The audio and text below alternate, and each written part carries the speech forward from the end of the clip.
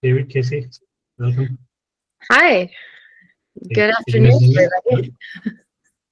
Okay.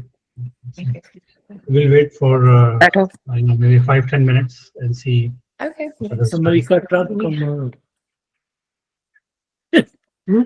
पर remind me of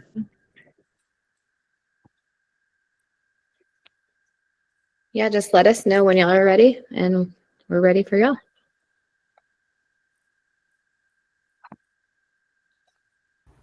We are all ready. You can go ahead and get started. It's okay. It's 2 o'clock already.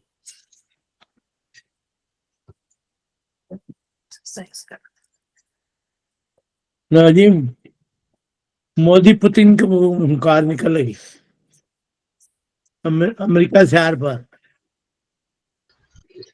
Dr. Yathan, you're on mute, I believe so.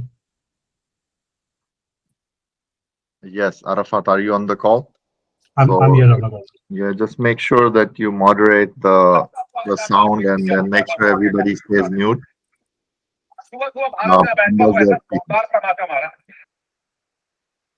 So make sure that everybody stays mute, okay? So we can have proper conversation. So we're gonna wait for another couple of minutes just for people to join.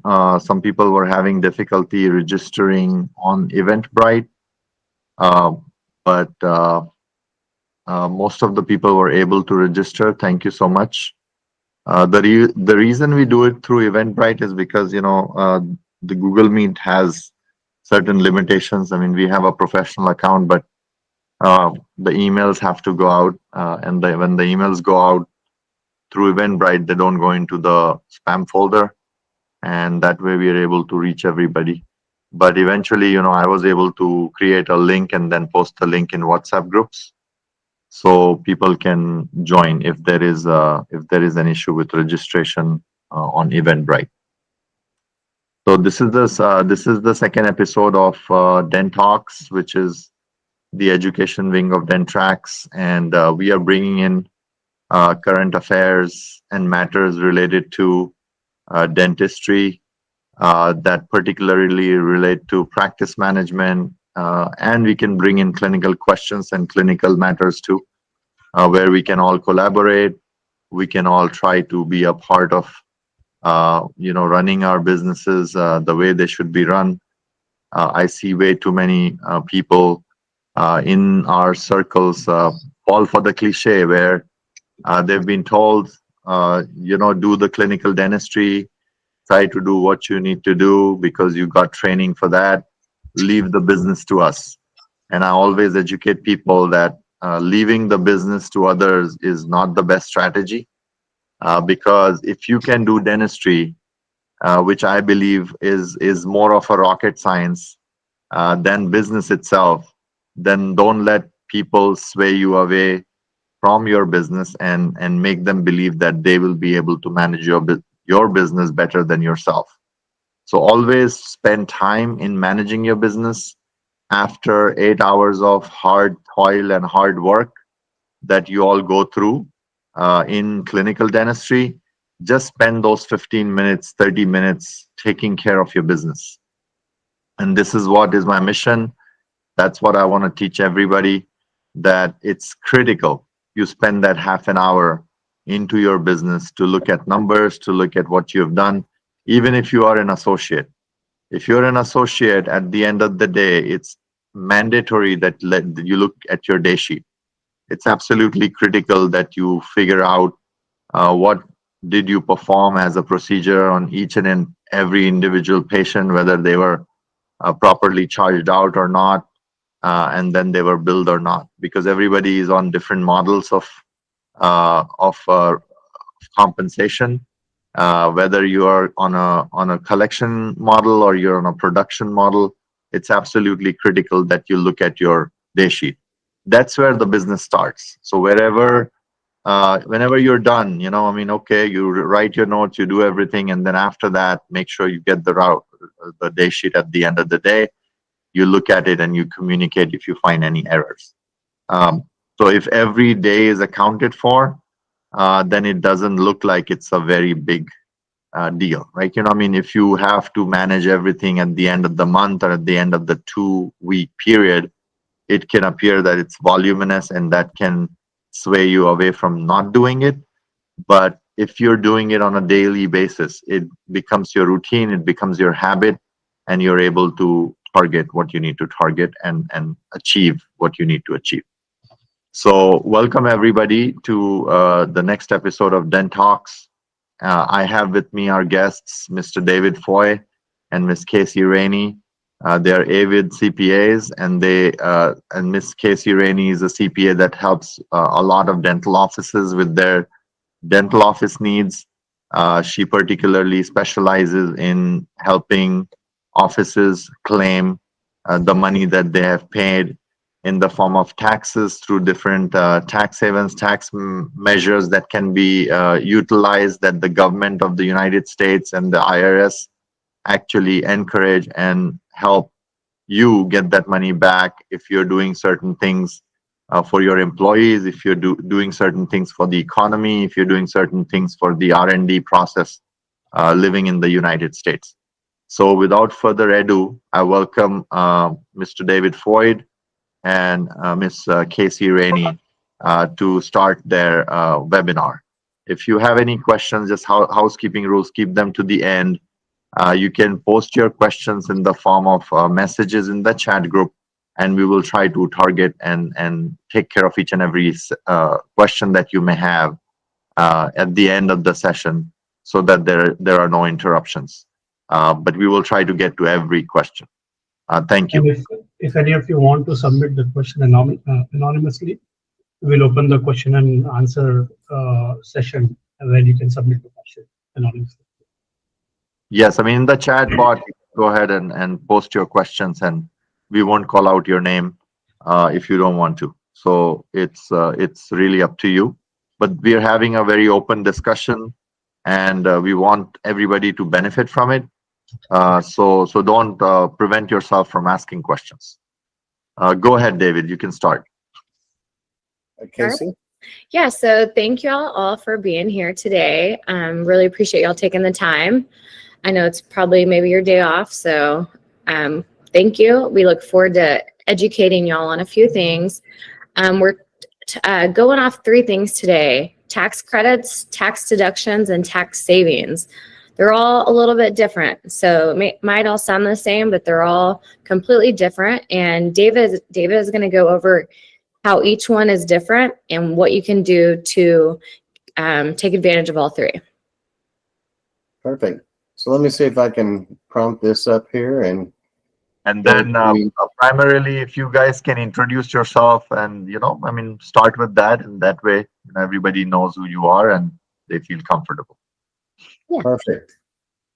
So yeah, I'm Casey Raney, and then my business partner is David Foy, and he's gonna pull up a slideshow, so it's sometimes easier to visualize what we're talking about. So he's going to take it from here. And if you do have any questions, we can stop after each topic and go over some questions. So Okay. they're fresh on your mind. Yeah. Okay. So let's try this. Yeah, we can see it, David. Perfect. Thank you Right. so much. Okay, so as Casey just said, my name is David Foy, and I am we are partners in True Benefits Consultants, and we specialize in helping you learn how to protect your profits. And we're extremely excited about being involved with the Dental Wealth Blueprint. What we're really trying to do today is to open your mind to thinking about taxation as a tool for your wealth creation rather than just a liability. So as you can, let me see, let me make sure this is, let me see here. I'm sorry. It looks like the slide did not move forward. Here we go. Okay. So what we have found is that most dentists view taxes as an inconvenience and a necessary cost of doing business. But our thinking is that there's much more for it. So using the tax code to your advantage, there are different opportunities that in particular today, what we're going to talk about is the difference between tax credits, tax deductions, and tax savings. So in the tax credits, what we're really looking for there is that the tax credits are monies that are coming back to you. So research and development is a perfect strategy where the business is generating the recovery or the tax credit. However, that money transfers back through to the actual individual owner's 1040. So some of you who are on the call, if you're the business owner, this is extremely important to you.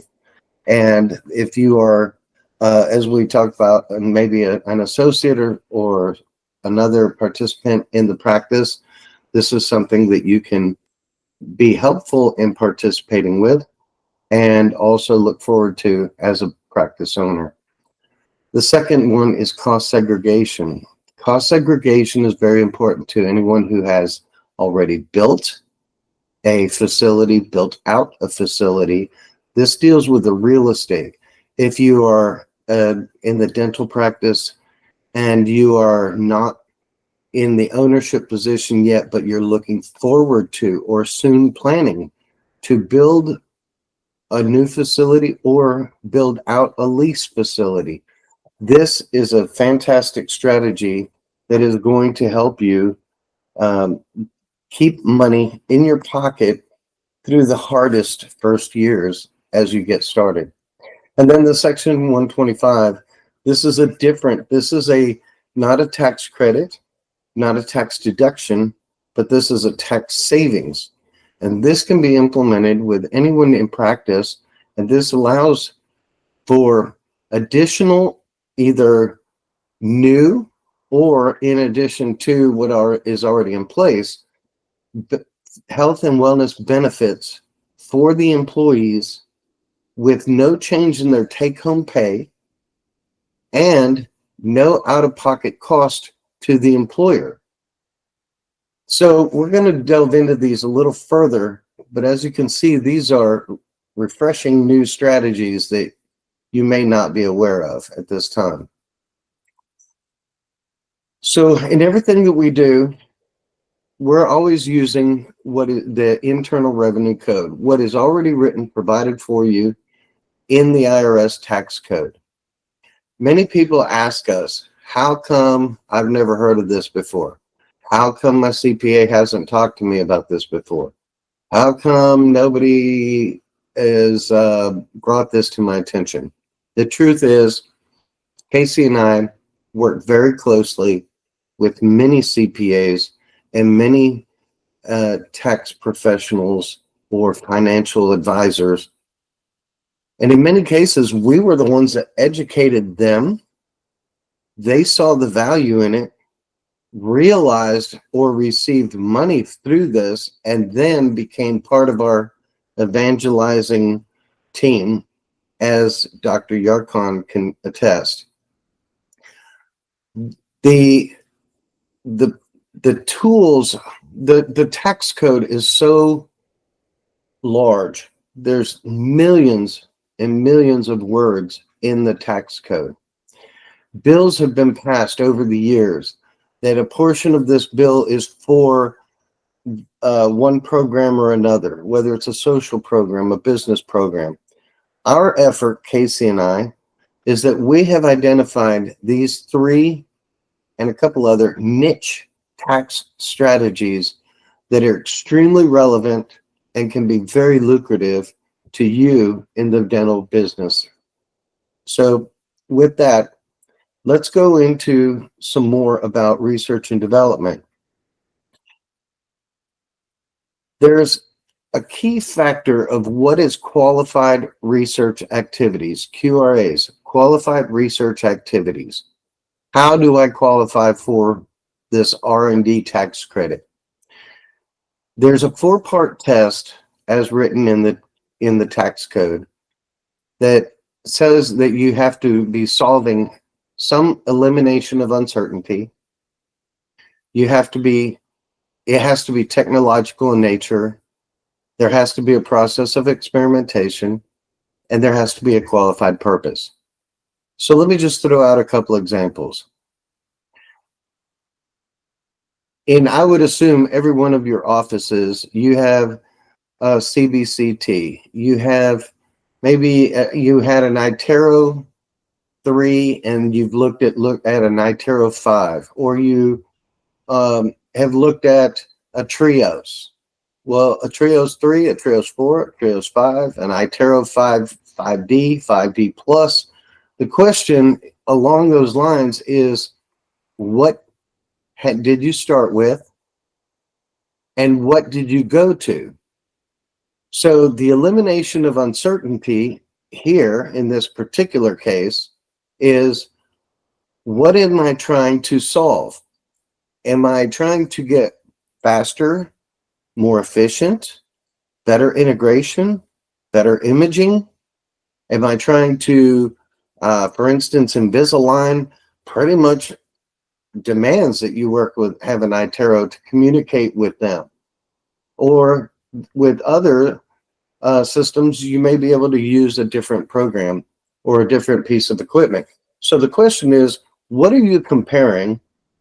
Is it technological in nature? In this particular case, the answer is yes. And what was your process of experimentation? If you already had one iTero 3 and you've been charting all of your clients, you've been testing that piece of equipment's technology, imaging, communications abilities, and now you go to a new one, we don't look at it as just buying a new piece of equipment. We look at it as a new bell curve of experimentation to test its ability versus what you had and what on the way to what you would need next. So every upgrade in your practice essentially becomes a process of experimentation as you evaluate whether it's working well and serving all your needs. Particularly, is it impacting the client's experience in a positive way? Is it reducing visits to the office? Is it reducing chair time? Is it reducing the comfort of the patient instead of a wall x-ray unit where they have to get up and go down the hall and stand up against the wall versus a handheld x-ray that can be done in the chair? That saves time. It's more efficient. The imaging may be better. There's so many different things that we can take into consideration here. So the question is, what was the process of experimentation? It's really in the usage and the charting.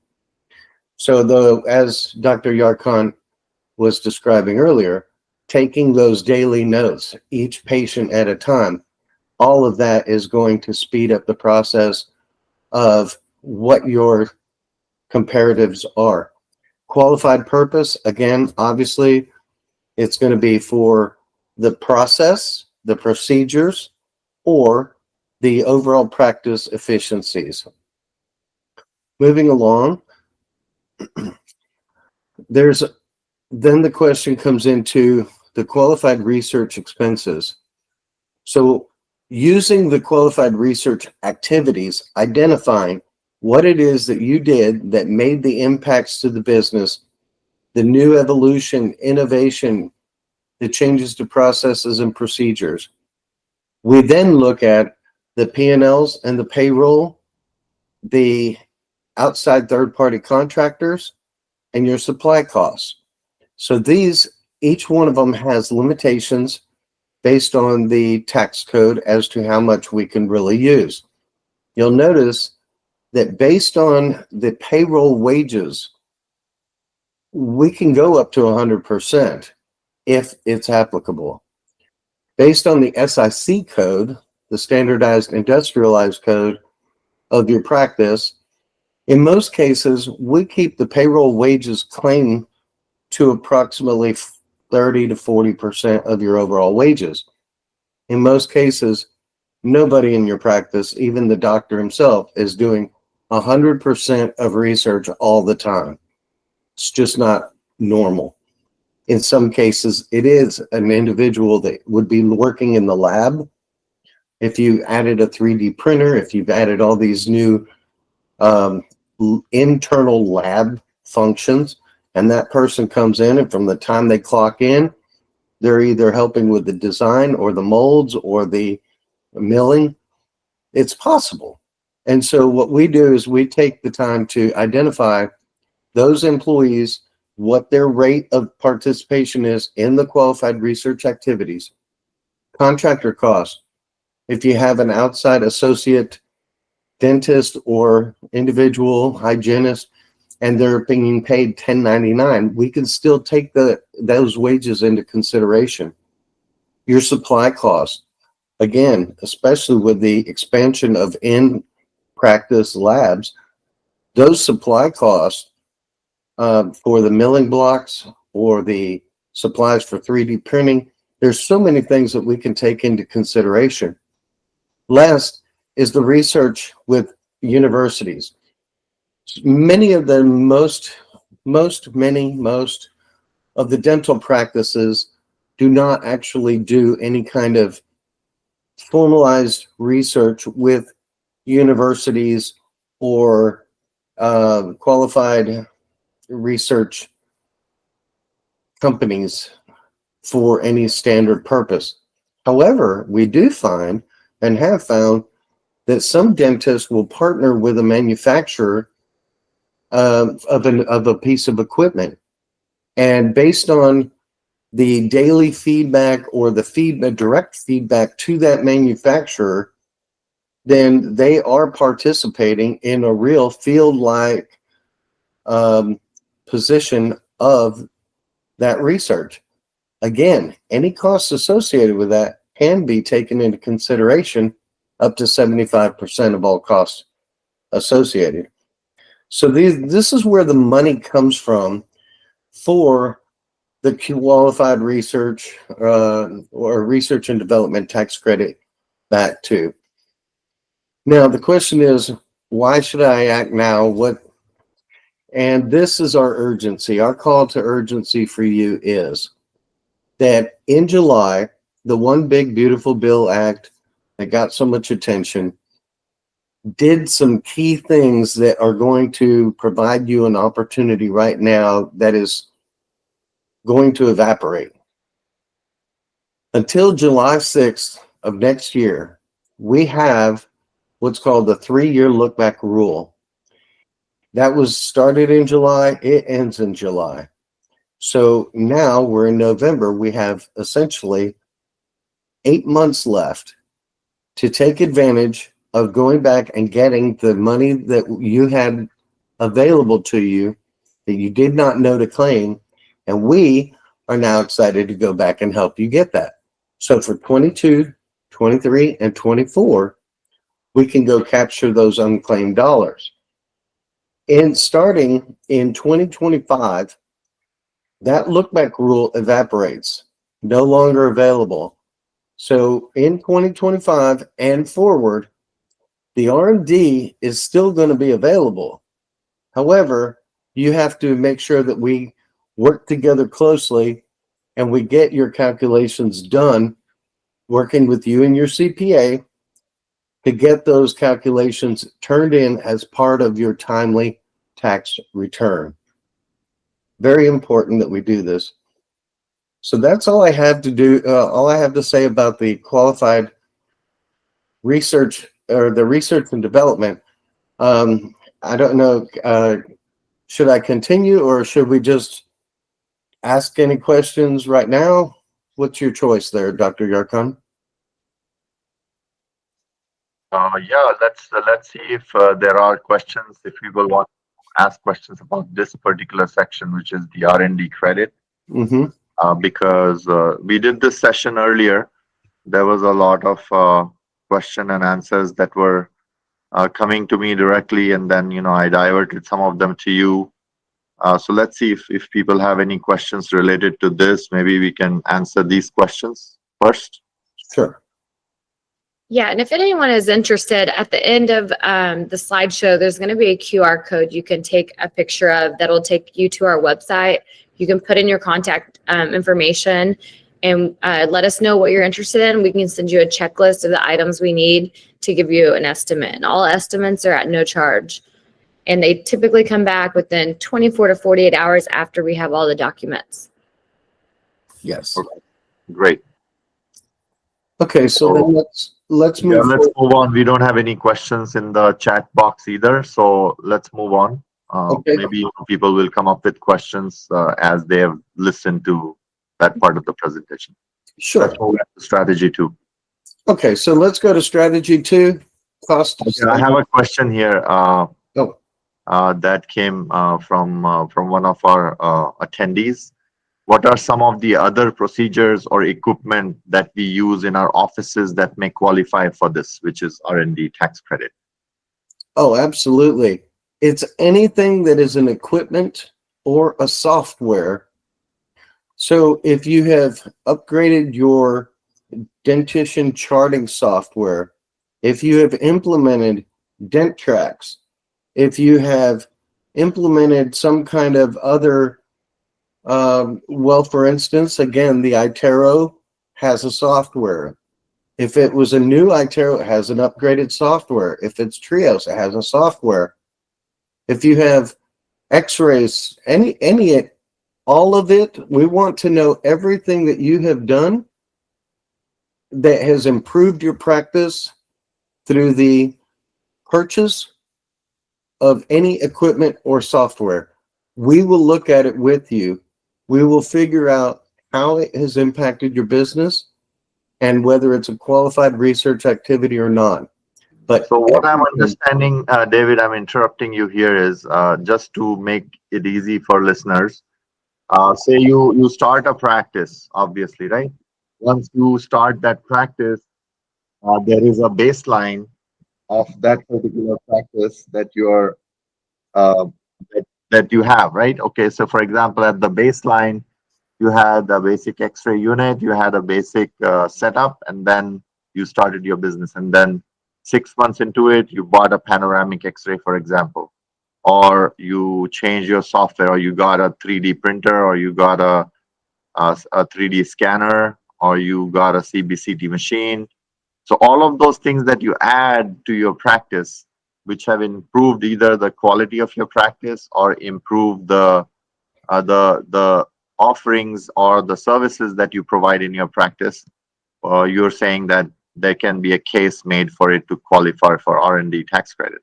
that is correct. Even if it's a new, for root canals and you have a new drill, if it's an intraoral camera, if it is X-ray sensors, whatever it is, we want to take a look at it because we have the ability to establish that you're not just purchasing it, you're testing it, you're evaluating it. There is a technological, innovative purpose for the increased efficiency of the practice and or ultimately to the patient. And those are the guidelines for research and development. You do not have to be the one that created the new machine. It can be something that is implemented into your practice that is enhancing the proficiencies or process. So just let me just jump back. I know I don't have it in this slide. We did it in the first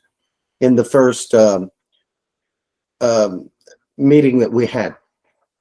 I just want to give a little background very quickly.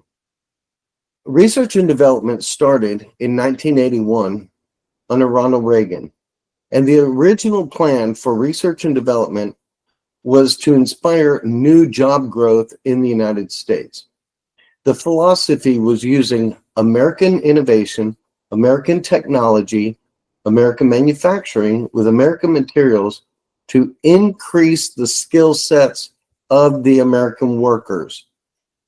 This philosophy, and especially the last point, increasing the skill set of the American workers, is the foundation of research and development tax credits. Everything that you have implemented into your practice, going from analog, for those who have been around longer than a few years, moving from analog to digital, or now moving from digital to AI, or, and again, the technology, the tools that you purchase, the software that you're using is increasing the skill set of your employees and elevating their abilities, their knowledge, and bringing them into a new generation of dentistry. That is the purpose, and that's the philosophy that we follow. Yeah, so this tags into and ties into the next question I have from Mr. Teg Human, Dr. Teg Human.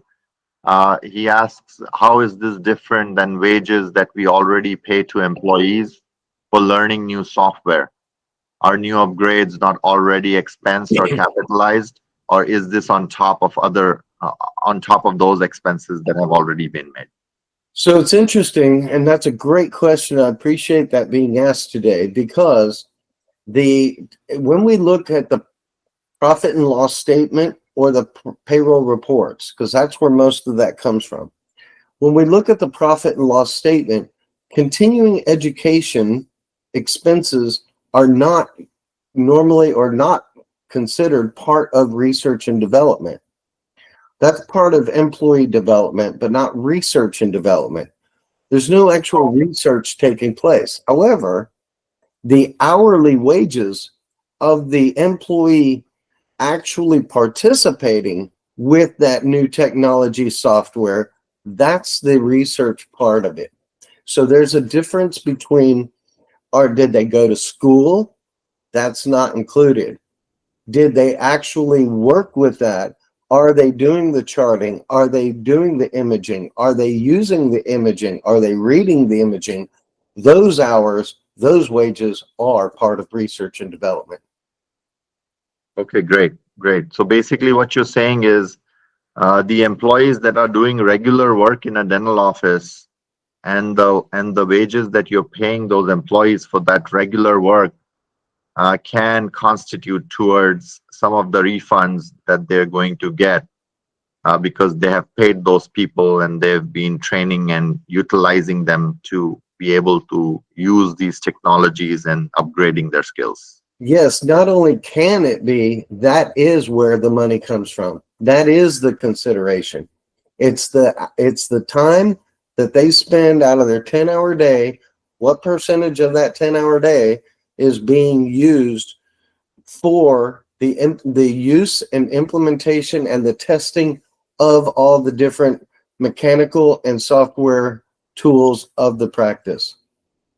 Great. Thank you for clarifying that. Yeah, I think it was a great question. I really appreciate it being asked today. All right.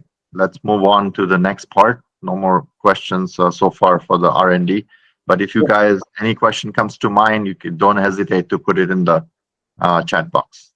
Carry on. Perfect. And as Casey said, we're still gonna be here to take time to answer any other questions at the end. So let's go. Strategy number 2, cost segregation, otherwise cost seg, and accelerated deductions. So again, we're looking at tax strategies that build wealth. So you have R&D, those dollars are there that you get back, and that's going to help you reduce your taxation or reimburse you essentially for taxes that you paid, and that puts money in your pocket to be able to go with. Tax strategy number 2 is a little different. In this one, this is accelerating the deductions or the depreciation of your real estate expenses. And those real estate expenses are quite comprehensive. So it's ideal for again, if you've built or purchased, renovated within the last 5 to 7 years, reclassifying building components from 5, 7, 15-year depreciation. So let me just say that when you normally, a CPA looks at new real estate or new real estate build out, they're looking at this and depreciating it over a long period of time. What this does is this brings the depreciation into a shorter period of time, and that turns into an immediate tax deduction.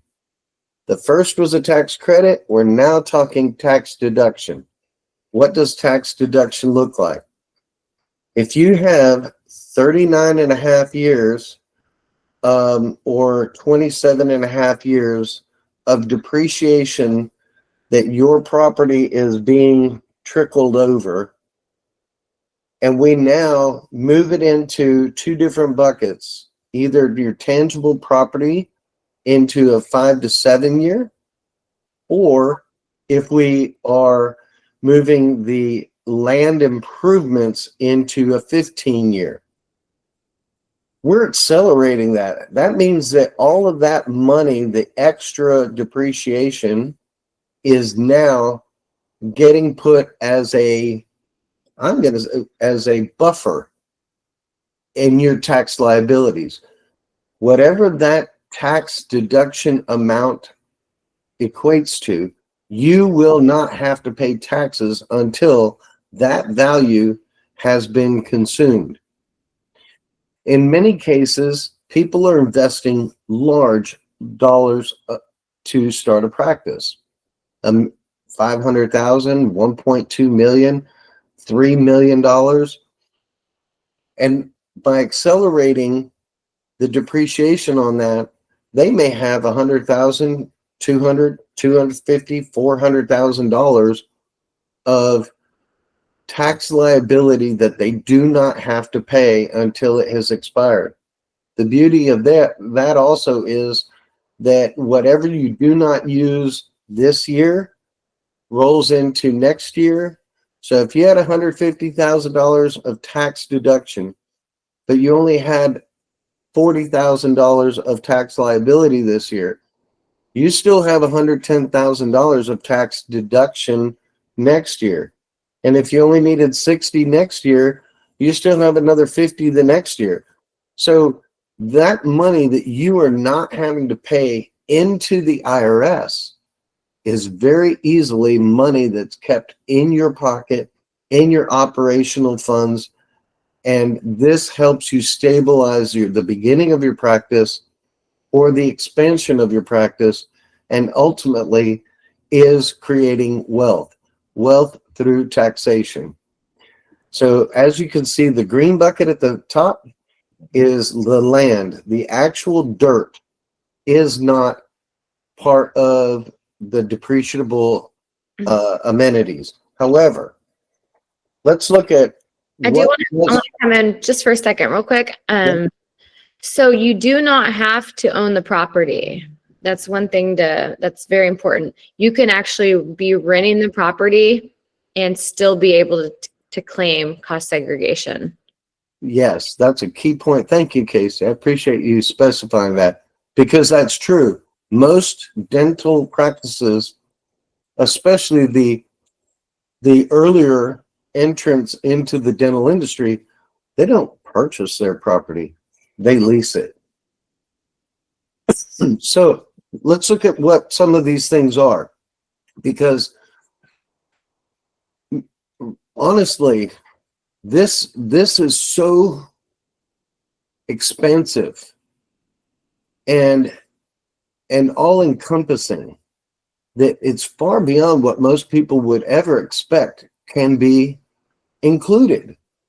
So in the building components, in the part that goes into the 5 to 7 year bucket, that can include your carpeting and your vinyl flooring expense, your cabinetry and millworking, specialty lighting and fixtures, your dedicated electrical systems, equipment or appliances, your movable partitions, walls that were built out, your sound systems, your intercom, all of these things, window treatments, all of that is taken into consideration as monies coming back to you in the form of tax deductions. This is not money that comes to your pocket. It builds a buffer or an allowance of money that you do not have to pay in taxes. So the next is going to be in the land improvements. Oftentimes when you're leasing a building, you think, well, I don't have any land improvements, but you may in fact. And this falls into the 15-year bucket.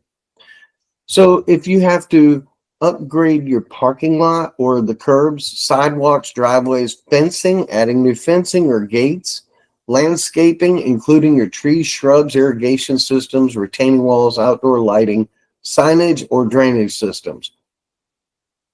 And I'm sure that many of you have tried to spruce up the front of your property, and all of that expense can be included as part of the cost segregation study. The next is going to be your structural building. So in the structural building, now we're really getting into the bricks and the stonework. That's the building shell, your walls, your roof, your windows, doors. If you've upgraded or had to change out any of it, if you had to upgrade or reroute your HVAC system to serve the different rooms because of the new partition walls, that expense can be included. If you upgraded your plumbing to have sinks in different office areas, that can be included. More importantly, and one that's not specified on here, but it really is part of plumbing, and that's having the oxygen and the gas plumbing in different operatories. That expense can be included.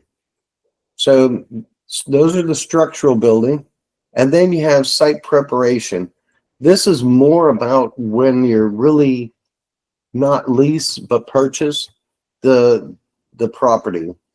And that can be a demolition of any kind of site or a building that was already there, or land improvements, utility connections, and designing, engineering fees, and so forth. And then the next is going to be your typical documentation that we need.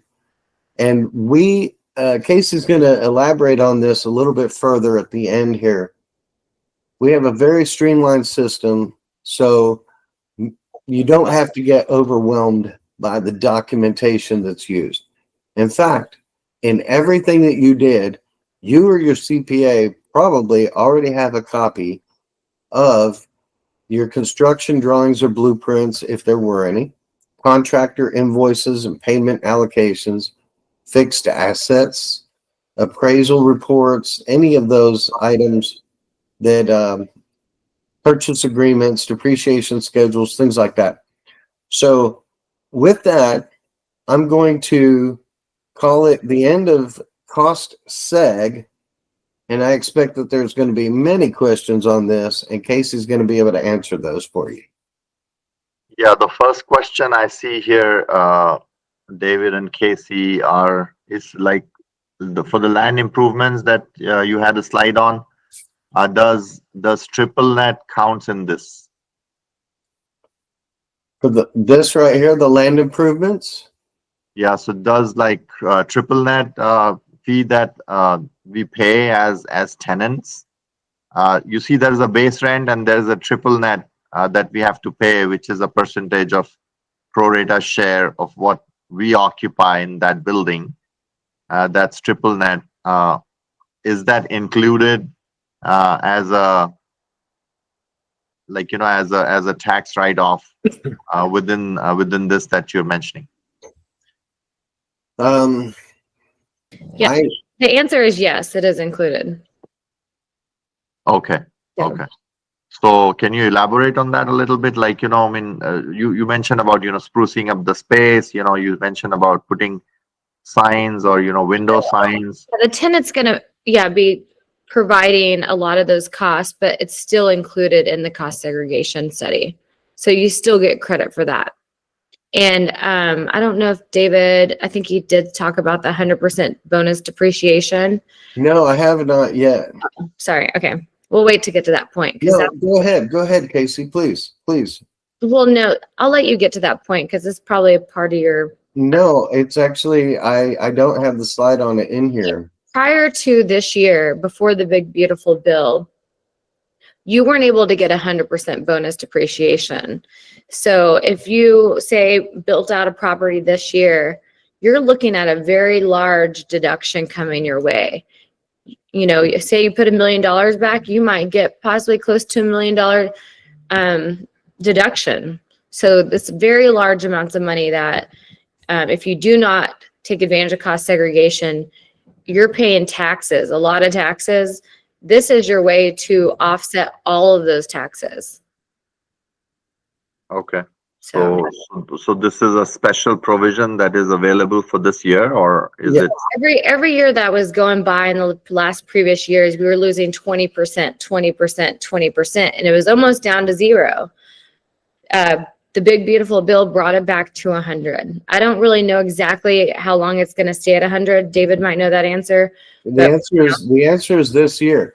So under the one big beautiful bill, and I appreciate Casey bringing this up because I glossed over it, and I apologize for that to everybody. It's too important to gloss over. The One Big Beautiful Bill Act, again, has created some really good tax wealth building strategies or extended opportunities. We had originally a bonus depreciation that was written into law back a few years ago. And as you see here at the bottom, the bonus depreciation diminishes by 20% each year.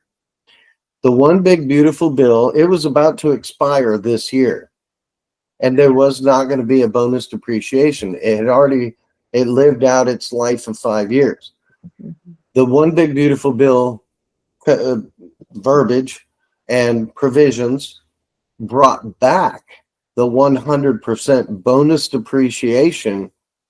So in addition to all of the other standard features of cost segregation, you're now able to capitalize on the 100% bonus depreciation, which expedites even more or accelerates the depreciation even more, and front end loads the deductions to free up more cash in your tax deductions. So again, you know, a lot of people they just I guess what I'm trying to communicate to you when I say this is understanding the difference between tax credits, where money actually comes back to you based on what you've already done, cost deductions or tax deductions that gives you an allowance to use against the liability of paying taxes until it's expired. And that's what this is. So each study, each practice is going to be completely different. And so rather than getting too much more involved, unless you have a couple other questions, I think it really comes down to let's do what's called a cost seg study and be able to give real numbers back. Sure, makes a lot of sense because, you know, if for example, the business is right now, say not profitable, if a business is set up as a C Corp, and if the business is not profitable and you're wiping out the profit and you're able to wipe out the profits with the right ways and stuff, then obviously, you know, you do not have the money that you're having to pay in taxes. So obviously, when you apply these cost segregation methodology to your tax return, what will happen is, say maybe you will get $100,000, $200,000 of tax deductions, but they will go on your balance sheet or they will go on your tax return as items that are negative that you can utilize in subsequent years if you're profitable, right? Until the expiration of the term, which is I think 3 years, 5 years, whatever the case may be. Casey, isn't it 20 years that cost segregation depreciation? Roll over until you use it. It can, I mean, I believe it's 20 years, but I don't really think there is an expiration. They say 20, but it rolls over.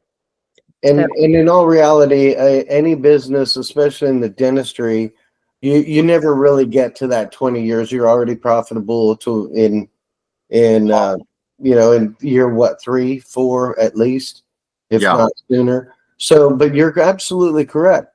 And as you know, we had a situation with yourself that we looked at a couple of the new entities at, and this was a perfect scenario for those. But, as an entrepreneur myself, in many different cases, the idea of starting a business, the first 2-3 years are always the hardest. And to be able to not have to pay taxes or dig into your hard-earned profits for those first couple of years for whatever value, as we just talked about, it's a safety net. It's a safety net, wash over the peace of mind that you actually can focus on your business and not on your taxation liability. That's correct. And then, I cannot tell you, David and Casey, I mean, how many examples I've seen amongst my colleagues and professionals to where, the way the business is set up, the way they are managing the expenses and the way, they're not taking the benefits of such modalities that are available in the tax code. And in fact, they're not even taking enough money home. They're not even paying themselves. But then, at the end of the day, I see that, there is some kind of a tax liability because they have a C corp, and then it's doubly taxed. And okay, $30,000 profit, and they're paying taxes on that $30,000. Whereas they could have actually paid themselves, or they could have had some of these studies done, and all of that could have been wiped out. Plus, you could have had some more in the kitty for the next year to be applied to the next year taxations. So, I mean, that's why this is my passion. That's why I want to help people understand that there are lots of ways of doing things the right way and still not pay the taxes. I'm not saying not pay the taxes, but still have a provision that has been taken out from the tax code to help you continue to run your businesses profitably and pay yourself and be at the top of the food chain. Because dentistry, going through the dental school and getting all this training, getting efficient with your clinical skills, paying for the CE courses and learning outside of the school, all of this is a lot of extra work, a lot of stress, a lot of commitment that our dentist friends make towards making them better for their patients. And then at the end of the day, if you're not able to keep that money in your pocket, it demotivates you. It makes you feel like you've chosen a wrong profession. So all of these things that I see in the community, being practice management consultant and consulting and helping my colleagues, is what I want to bring to the fore under DentTalks and try to address these issues head on. And I'm going to jump in real quick. So it doesn't matter if you're a brand new practice or newly renovated, it's a perfect time to do cost segregation. But say you renovated 8 years ago, or even up to 10, we can still do it. So your CPA has depreciated all your assets either 27 and a half years or 39. And we're going to be able to get that depreciation schedule from your CPA, and we're going to get to go back and still accelerate the difference, that remainder of time. So if you did renovation, say 8 years ago, you can still do this. Yeah. Fantastic. Yeah. So anybody has any other questions about cost segregation section of today's talk? And it can be overwhelming, guys. I mean, don't worry. It can be too much of information, and a lot of times, if for example we are associates or we are a new business entity or new people getting into this realm of taxation and stuff, and you're not following, you're not able to understand it, don't worry. David and Casey will answer your questions later on too. So So, but then, please remember these terms. If anything you want to take from this talk is, at least remember these terms and do some research, learn about it, and then come up with your questions. Carry on, Casey. Okay, so let's go. Now, this is very important and right in line, perfect segue when you were talking about all the practice owners not paying themselves, the practice owners having the invested time and the schooling and the continuing education and the seminars with equipment manufacturers and suppliers and all these other things that come into play. The one thing we didn't get to, but we're about to now, is the hardest part of the business, and that is the human assets, the employees, hiring the right employees, retaining the right employees, developing the right employees. And so Section 125, the Preventative Managed Care Program, is specifically directed at helping business practice owners with hiring and maintaining and providing for their employees. So this is, again, proving the power of knowledge is the difference between the difference in wealth, using health and wealth through the tax code. So in the Section 125, it is a tax strategy that is pre-tax deduction. The employer decides, yes, I want to implement this opportunity in my practice, offering the employees to qualify for pre-tax deductions. Those pre-tax deductions are funding the employees additional, whether they have anything in place or not. If they don't have anything in place, then it's providing them with health benefits and other supplemental type coverages. So that could be life insurance, it could be accidental death, it could be critical illness, cancer coverage. There's so many different things that come into play. And all of whatever they qualify for is going to be paid for through their tax deduction provision and not going to affect their take-home pay. Very important.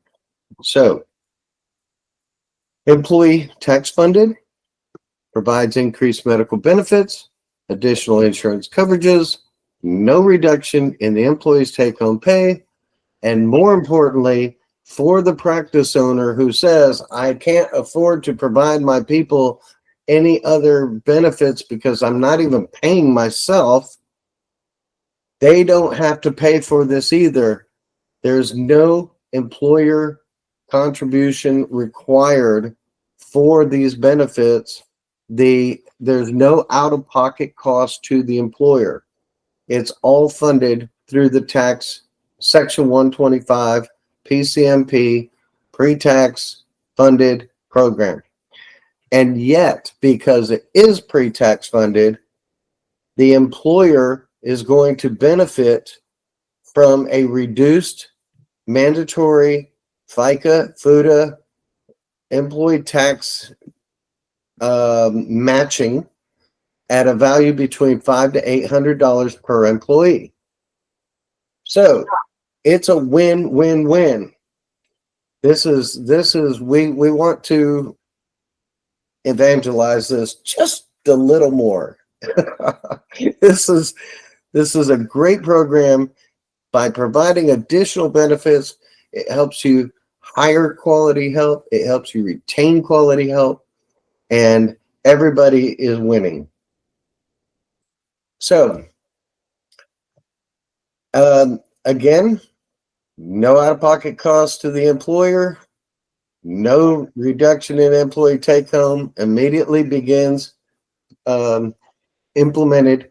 And this also is different than the other tax credits or tax deductions. This is now tax savings. So it's a separation of tax strategies.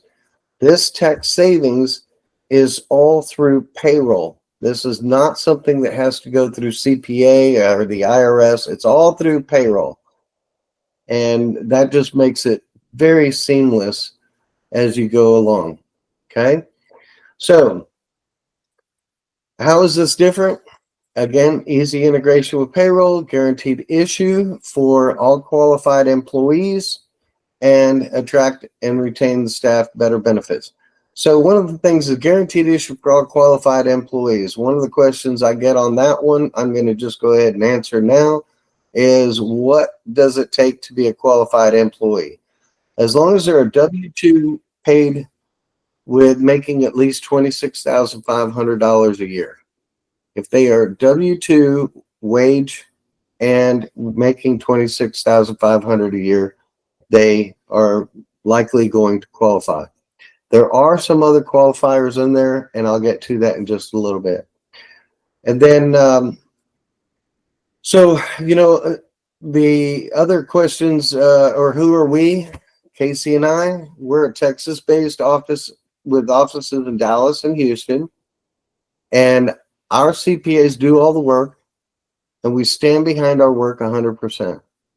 We provide, as Casey has mentioned a couple times, we provide free consultations and no cost tax credit estimates. We're going to do the assessment for you. We're going to find out what you qualify for, and we're not charging you for that. When you decide that you want to move forward based off of the information that we've given you back, then that's a phenomenal opportunity, and we're now doing business. For research and development, we also do all the heavy lifting. So we amend your federal, your state, your corporate, your personal tax returns, and we also offer e-filing on that we do, and then provide you and your CPA all of the documentation of everything that we did. And then we do have some case studies that we want to go over. And let me back up one last point. I'm sorry. On this, the guaranteed issue for the qualified employees, let me go ahead and address that right now. It comes to mind that there's a couple factors of what's called the census, and in the census that's required to participate in this, the employer provides us a census that tells us all of their employees and the demographic. Are they single? Are they married? Do they have children? And how many children? And so forth. Same as any other payroll system. Where this comes into play is that we've found that the people who are younger, who are maybe not making as much money as some of the other people, and if they have additional or multiple children under the age of 17, this Section 125 tax saving strategy does have an impact, or is impacted by the child tax credit. So for a younger person who's not making as much, who has children under 17, they're already getting a lot of money through the child tax credit. It may make it difficult or disqualify them for participating in this. Again, we don't know until we see it. The people who are making a little more money, who don't have children under 17, they are going to benefit in their own way. Everybody has an allowance by individual, and we will be able to help them use that allowance individually as part of the program to help them maximize what their benefit purchases for life insurance and the other ancillary insurance policies. But in all regards, every single person involved in the program is going to have a robust health and wellness platform that not only helps them individually, but is also good for everyone in their household. So, for instance, Instant Teledoc on an app, and you go to the app, a doctor or a registered nurse is answering that call. You tell them, I have a child who's sick, I have a child who's choking, I have a burn, look at my burn. You can do screen share, you can do all of that. There's so many other things. We didn't want to take time going into the details of it. I just want you to know it's not just life insurance or health and cancer. It is a robust platform that is all inclusive in this. So that's all I'm going to say now. I'm going to move on and go to some case studies. But is there anyone else that has a question about the Section 125 at this point? I posted a question about whether you work with the payroll companies to implement Section 125. The reason I ask these questions is because, see, we as dentists, we are so busy in taking care of the patients for 8 hours. And then after those 8 hours, if we are owning our own business, then we have to put some time into administrative efforts of the business. And then, no time is left to do anything that is out of the box. So that's what happens, because this thing is out of the box. This is something that is not in routine. It becomes difficult to man it, and becomes difficult to manage it. So it's important that okay, whatever is in place, like for example, you said provide the census, and now this provision of the census is becomes a big challenge. So do you work with CPAs directly, work with payroll companies directly? If the practice owner gives you authority, you can procure all the documentation on your own? Yes. So, Casey, do you want to address the census and how easy that really is?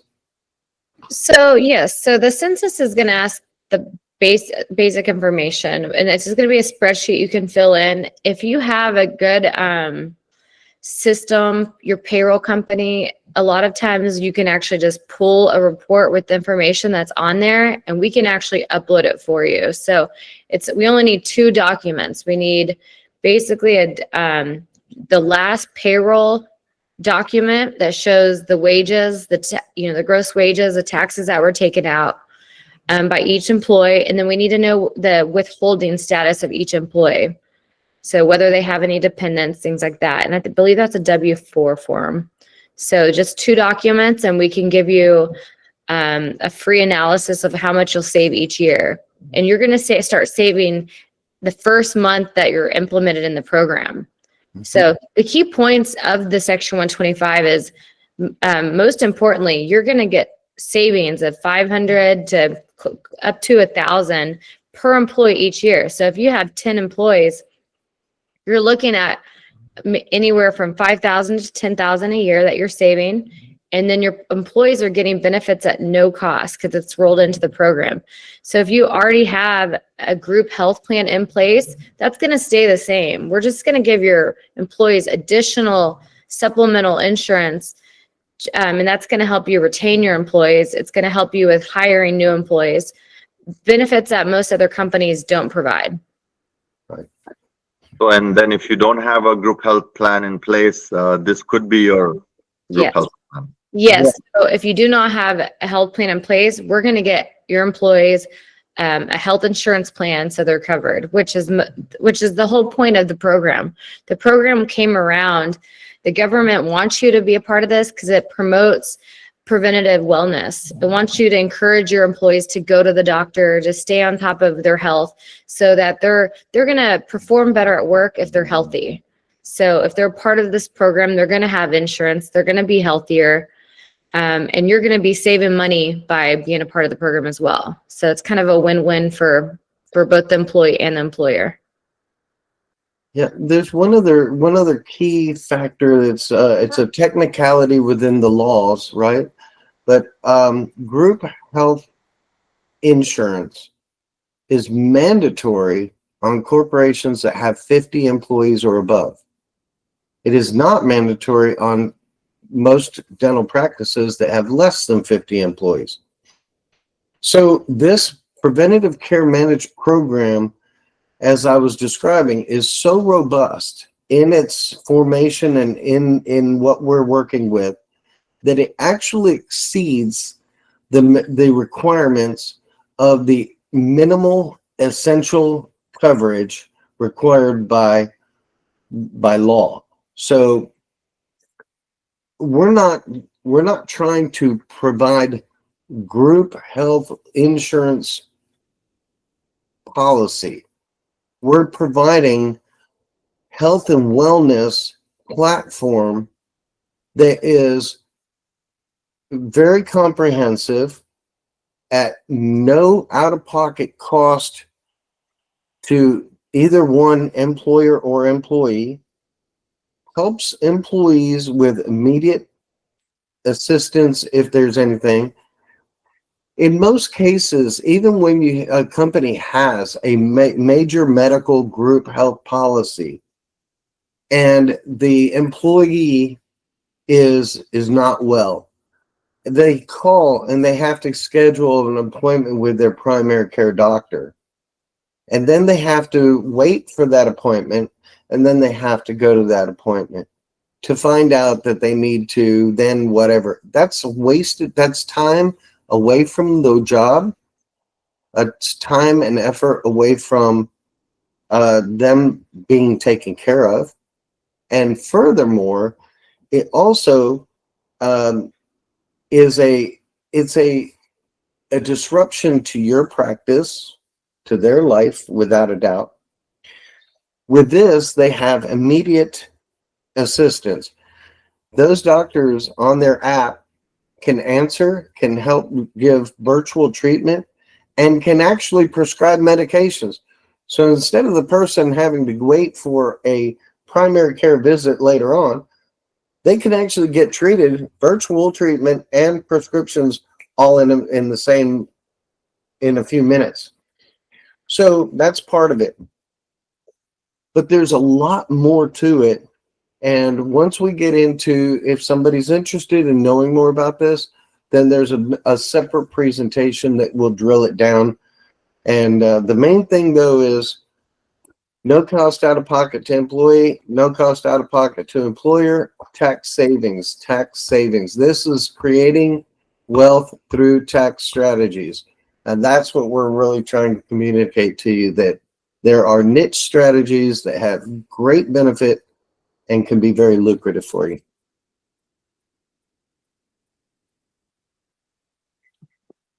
Okay, thank you. You have some case studies, if you can go over with them quickly, because we have already gone past our time. 1 hour.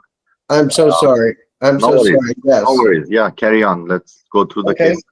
So I also wanted to, so this is R&D case studies. On the research and development, these are true responses or true results from some of our clients. And in some cases, you're going to see here that the dollar amounts are going to change every year. In this particular case study with this practice, their research and development tax credits actually went down each year. On the different one, their tax credits went up and then leveled out.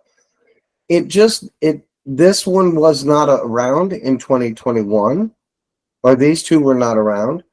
And in here, you've got 35,000, 50,000, and then 36,000. The reason why I made this slide is to let people know each year stands on its own. It all depends on what your investment was in the equipment, the software, but it's mainly in your employees, your outside contractors, and your supplies. So each case study is going to vary year by year. And this is why it's important for us to go ahead and do those assessments for you and be able to tell you what you're going to get. However, if you add this up across the board, you're going to notice that this particular one down here had over $300,000 of tax credits. And this one right here was another over $100,000 of tax credits. When he says credits, it's actually, you're going to receive a check in the mail for each year for R&D. So 23, you'll get a check, 22 and 24. So that's not just a tax credit, it's actually refundable. Yes, And I mean, this is the question that people have had a lot of confusion about. Okay, how are they getting a check? Okay, one thing. And then if you're saying it like it's a tax credits, money actually coming your way, I mean, how does the government come around and give you that money? I mean, where is this money coming from? And it's a very valid question. So if you can answer that. yes, so each business is going to generate the credit, and then it falls down onto your 1040. So the refund comes to your 1040, to your home address. So each tax year is going to be separate. It's going to be written out to your name personally, not your business, and it's going to be tax-free. You can put in your personal account, do whatever you want with it. And on top of that, there's interest that's added to every check. So those checks that we get for 22, there's going to be a significant amount of interest added to those checks. Okay, again, if you can clarify the question about, okay, where is this money coming from? Like, okay, it's coming from IRS, but people are unable to understand as to, okay, where will IRS create this money from and give it back to you? So if you can answer that in a way where people understand, because, you know, they're paying this money every single paycheck, payroll check and stuff like that. So that this money is actually money that you've already paid in taxes that you're going back and claiming. So if for some reason, for say it's 2022, your CPA did a great job of limiting your tax liability, there might be you might still have the credit there, but you can't take out more of a refund than the money you paid in taxes. If that's the case, it'll be a carry forward to the next year.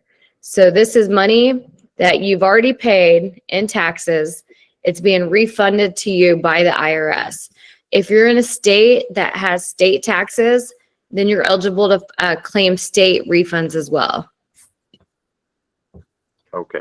And as you can see here, that when you're asking where does the money come from, it's all taken into consideration from the outside third-party contractor wages that we are able to consider up to 65%. Which is, again, I mean, outside contractors in a dental business most of the times are dentists. Like, okay, if I own a business and then I don't do your dental labs. Your dental labs are considered contractors as well. Yes, which is not a lot of money. I mean, dental lab bills, the market norm for a lab allocation is about 8%. Like anywhere from 5% to 8% is what dental offices pay for the lab bill. But they pay about 30% to their dentists. Like if I have associates working in my offices, I pay 30% to 40% to my associates, depending upon their specialty or their general dentist, right? So those are people who are contractors, and these are the same people who are utilizing equipment like iTero and utilizing 3D printers. They're utilizing CBCTs to interpret and stuff like that. So you're saying that whatever we have paid to these dentists, right? And what you're saying to the government is, okay, these dentists were paid, but they were utilizing these different modalities to provide better patient care, which we did not have earlier, for example. And now they're diagnosing, an MB2 canal on the CBCT, or they're diagnosing a third molar on a CBCT, or an impacted canine. All of those things that they're diagnosing and which I have already paid them, I want to claim some kind of a credit in R&D credit, and I want some of that money back. And the government says, okay, yeah, you're right. You've improved the skill of this particular person who's working in the United States, and we approve it. We will give some of that money back to you. Is that correctly put? Yes.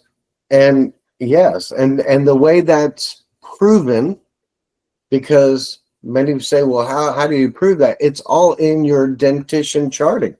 It's every patient chart has a proof of what was done, when did that patient start, when did they visit, what did you do with them, and all of that is cloud-based record kept, and it's there. So yes, we're working off of your P&Ls and your payroll reports, and all the numbers that we're working from are taking percentages of all of those expenses and those wages, and that's where the money is. That's the money that is being claimed, and that's where the money's coming from.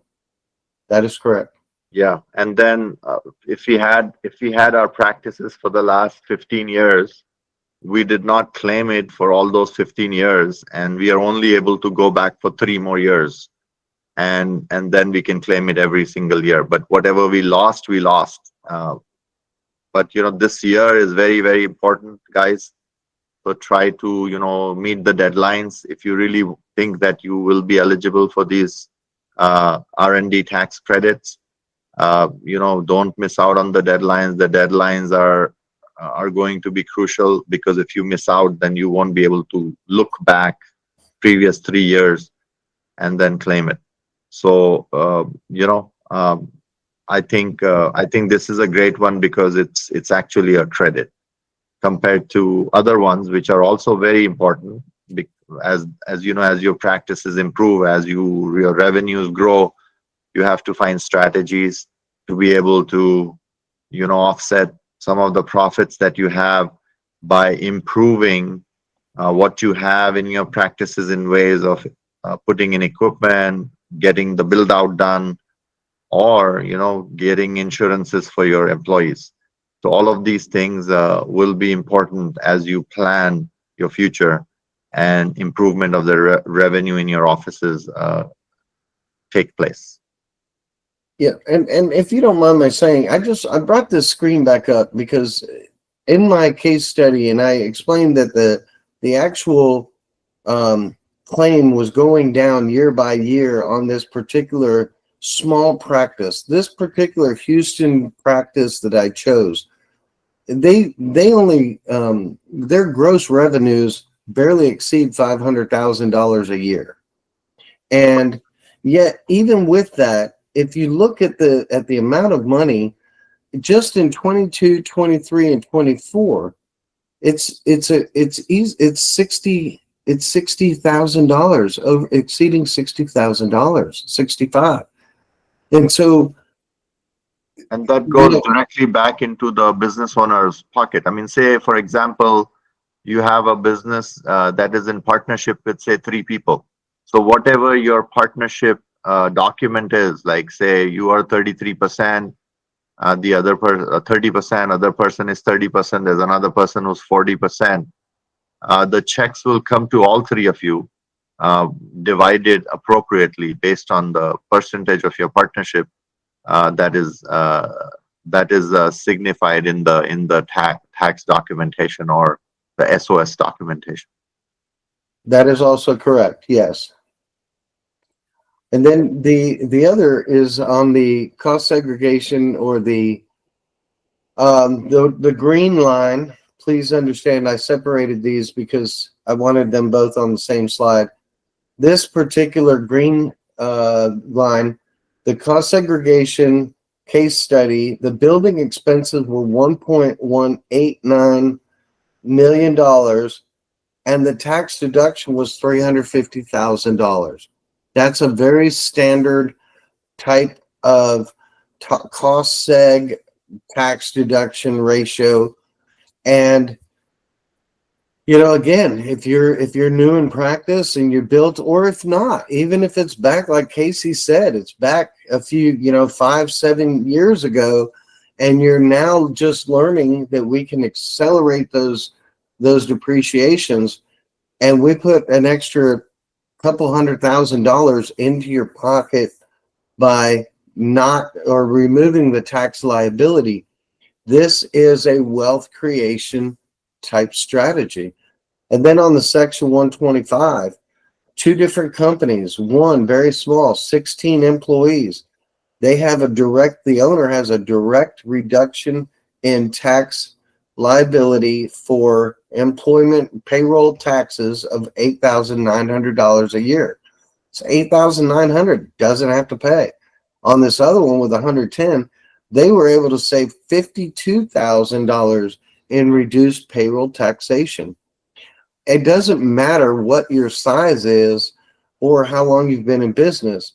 Everything that we're doing has immediate value, and that's what we're trying to offer you is the knowledge, the exposure to it, and the opportunity to take advantage of that opportunity now.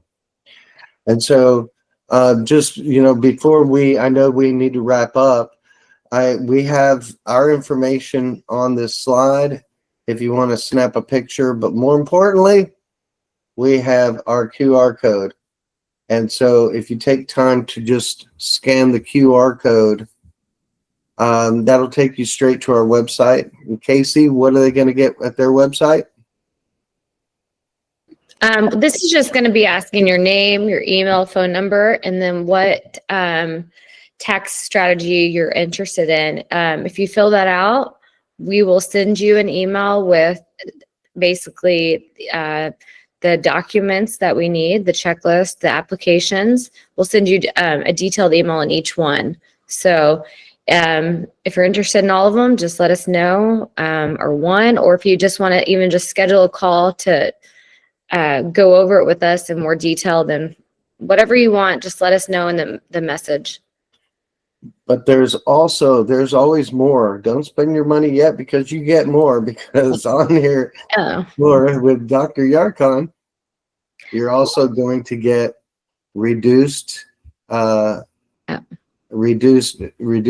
fees for our services and special considerations.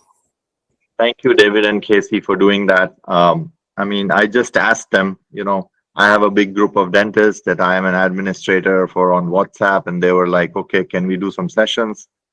I just went ahead and scheduled these. And I really enjoyed. I've really learned a lot, in these sessions. And thank you for providing that extra benefit and extra discount for our listeners and viewers here. We are opening the floor for questions. If anybody has any more questions, please go ahead and post them, or if you want to ask them directly, go ahead and ask them directly. You can unmute yourself and ask those questions. Thank you. Also, there is a poll that I have posted in the chat. Three questions actually. If everyone can please respond to it, it will help us to assess the situation with everyone. These polls, the answers are anonymous, so please go ahead and answer them. The names are not snipped. Thank you. Seems like everybody is tired, and I guess you'll get the questions directly.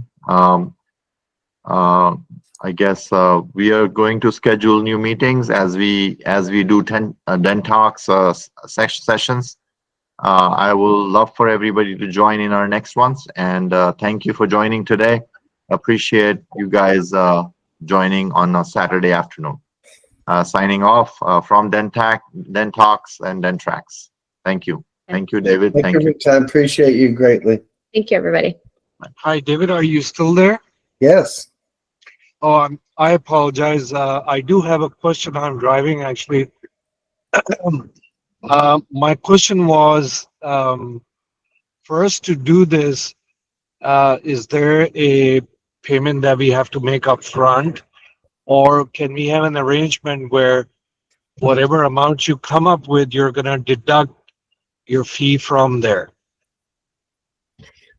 So there's different, each one of these programs is different. Let Casey take I apologize. I may have joined later, so I may have missed out on that. My apologies. No, it's okay. Great question. Actually, nobody asked that question, Ahmed. So thanks for asking. So if we're talking about Section 125, the payroll tax savings, there is no fee. You're going to start seeing savings, like I said, immediately the first month. All the fees are rolled into the program. So that's something you can get implemented. It takes about 30 days. If we're talking about cost seg, yes, there is a fee to that. it's gonna most likely be like a flat fee. It depends. We can discuss that on a one-on-one basis. And then R&D, our fee is typically 25%, but because you know Yarkon, we're gonna reduce it 20% to 20%. And with 25% up front, we normally do 50% up front, but we're gonna take a reduced amount of the fee. So 20%, and only 25% of that is due once the work is completed. The other half is Right. due when you get each check. So typically the IRS doesn't process all 3 years at once. They're going to do one at a time. So when you get one check in, you let us know, you'll pay the fee for that check. Got it. Got it. That does make it clear. And also, I have taken a picture of your QR code. I hope that works for me. And then I guess we'll take it from there. Here, I guess I stopped sharing because I could put up the other, and that way you have our.